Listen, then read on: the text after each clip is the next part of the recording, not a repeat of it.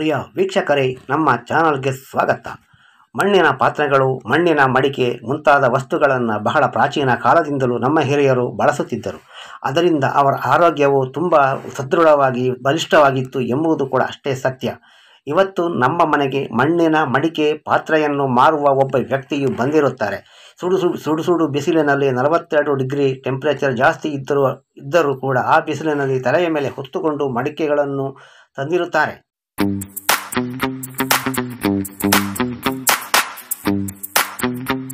ನಾವು ಕೂಡ ಬಹಳ ಹಿಂದಿನಿಂದಲೂ ಮಣ್ಣಿನ ಪಾತ್ರೆಗಳನ್ನು ನಮ್ಮ ಮನೆಯಲ್ಲಿ ಬಳಸುತ್ತಿದ್ದೇವೆ.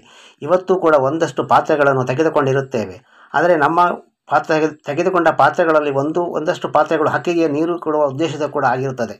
ಕುಂಬಾರಿಕೆ, ಪೋಟರಿ ಎನ್ನುವಂಥದ್ದು ಮಣ್ಣಿನ ಪಾತ್ರೆಗಳನ್ನು ಮಾಡಲು ಬಳಸುವಂಥದ್ದು ಕಲೆ, ಕೌಶಲ್ಯ, ಸಿದ್ಧಿಯಾಗಿರುತ್ತದೆ.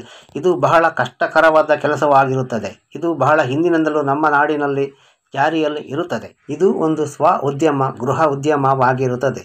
ಇದರಿಂದ ಬಹಳಷ್ಟು ಜನರು ತಮ್ಮ ಜೀವನೋಪಾಯವನ್ನು ಕಂಡುಕೊಂಡಿದ್ದಾರೆ. ಮಣ್ಣಿನ ಪಾತ್ರೆಗಳನ್ನು ಖರೀದಿಸಿ ಬಳಸೋಣ. ಇದರಿಂದ ಆರೋಗ್ಯಕ್ಕೂ ಒಳ್ಳೆಯದು, ಪರಿಸರಕ್ಕೂ ಒಳ್ಳೆಯದು. ಯಾವುದೇ ರೀತಿಯ ಮಾಲಿನ್ಯಗಳು ಆಗುವುದಿಲ್ಲ.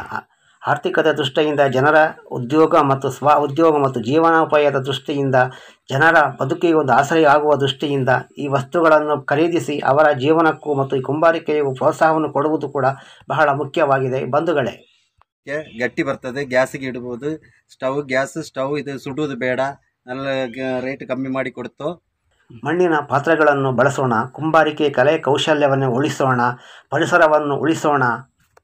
ಹಾಗೆಯೇ ನಮ್ಮ ಈ ಚಾನಲನ್ನು ಮೊದಲ ಬಾರಿಗೆ ನೋಡುತ್ತಿದ್ದರೆ ದಯವಿಟ್ಟು ಲೈಕ್ ಮಾಡಿರಿ, ಶೇರ್ ಮಾಡಿರಿ, ಸಬ್ಸ್ಕ್ರೈಬ್ ಮಾಡಿರಿ. ಎಲ್ಲರಿಗೂ ಶುಭವಾಗಲಿ. ಧನ್ಯವಾದಗಳು.